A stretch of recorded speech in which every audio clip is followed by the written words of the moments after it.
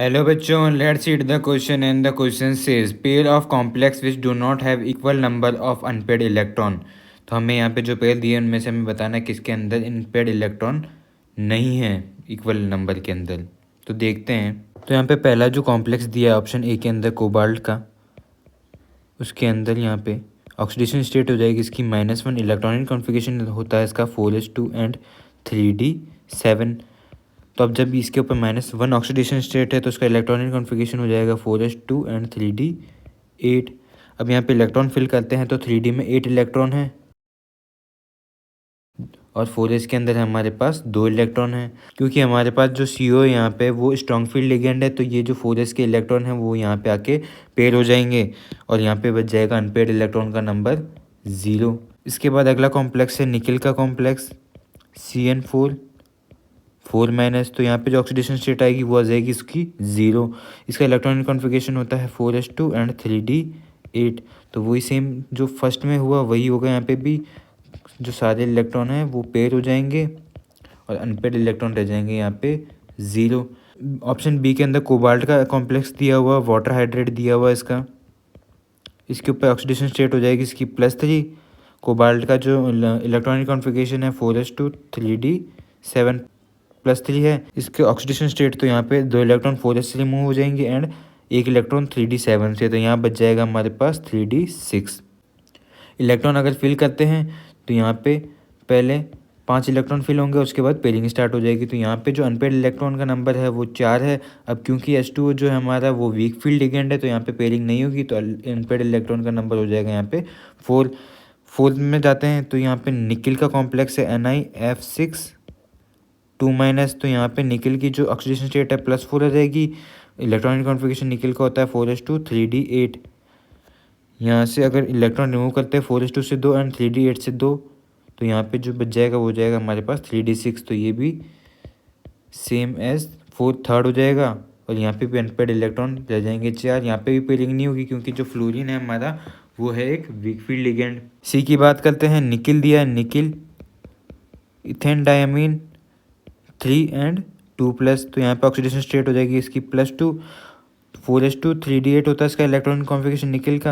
यहाँ की क्योंकि यहाँ पे +2 है ऑक्सीडेशन स्टेट तो यहाँ पे बच जाएगा हमारे पास 3d8। इलेक्ट्रॉन फिल करते हैं, पहले 5 इलेक्ट्रॉन फिल किए जाएंगे एंड देन पेयरिंग स्टार्ट होगी। अब यहाँ पे 2 अनपेयर्ड इलेक्ट्रॉन है, पर क्योंकि हमारा इथेन डायमीन जो है वो स्ट्रॉन्ग फील्ड लिगेंड है तो यहाँ पे हो जाएगी पेयरिंग, जिसकी वजह से अनपेयर्ड इलेक्ट्रॉन यहाँ हो जाएंगे 0। इसके बाद बात करते हैं अगला कॉम्प्लेक्स हमारा क्रोमियम CN6 4-।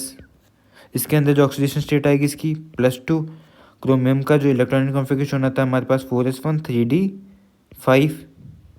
अब क्योंकि यहाँ पे ऑक्सीडेशन स्टेट इसकी +2 है तो यहाँ पे जो इसके पास इलेक्ट्रॉन रह जाएंगे 4s1 से 1 रिमूव हो जाएगा, 3d5 से 1, तो यहाँ रह जाएगा हमारे पास 3d4। अब यहाँ पे इलेक्ट्रॉन फिल करते हैं, 4 इलेक्ट्रॉन चारों बैटल के अंदर फिल हो जाएंगे। अब 4 अनपेयर्ड इलेक्ट्रॉन है, पर CN जो है हमारा वो स्ट्रॉन्ग फील्ड लिगेंड है तो इन चारों की ये पेयरिंग करवा देगा, तो जिसकी वजह से यहाँ पे भी अनपेयर्ड इलेक्ट्रॉन 0 हो जाएंगे। 7th की बात करते हैं तो यहाँ पे जो कोबाल्ट है ऑप्शन डी के अंदर CN6 एंड 4-। तो यहाँ पे ऑक्सीडेशन स्टेट आ जाएगी इसकी +2। इलेक्ट्रॉनिक कॉन्फ़िगरेशन होता है कोबाल्ट का 4s2 3d7। अब क्योंकि ऑक्सीडेशन स्टेट +2 है तो यहाँ पे बच जाएगा हमारे पास 3d7।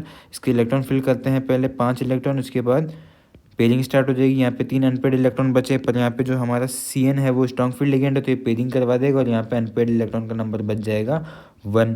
इसके बाद क्रोमियम के कॉम्प्लेक्स की बात करते हैं तो यहाँ पे क्रोमियम का ऑक्सीडेशन स्टेट आ जाएगा +3। इलेक्ट्रॉनिक कॉन्फ़िगरेशन इसका 4s1 3d5। अब क्योंकि इसकी ऑक्सीडेशन स्टेट +3 है तो 4s1 से 1 इलेक्ट्रॉन रिमूव होगा और 3d5 से 2 इलेक्ट्रॉन रिमूव होंगे, बच जाएगा ये 3d3। यहाँ पे तीन इलेक्ट्रॉन हैं, उनको फिल करते हैं तो यहाँ पे आ जाते हैं 3 अनपेयर्ड इलेक्ट्रॉन, तो अनपेयर्ड इलेक्ट्रॉन यहाँ हो जाएंगे 3।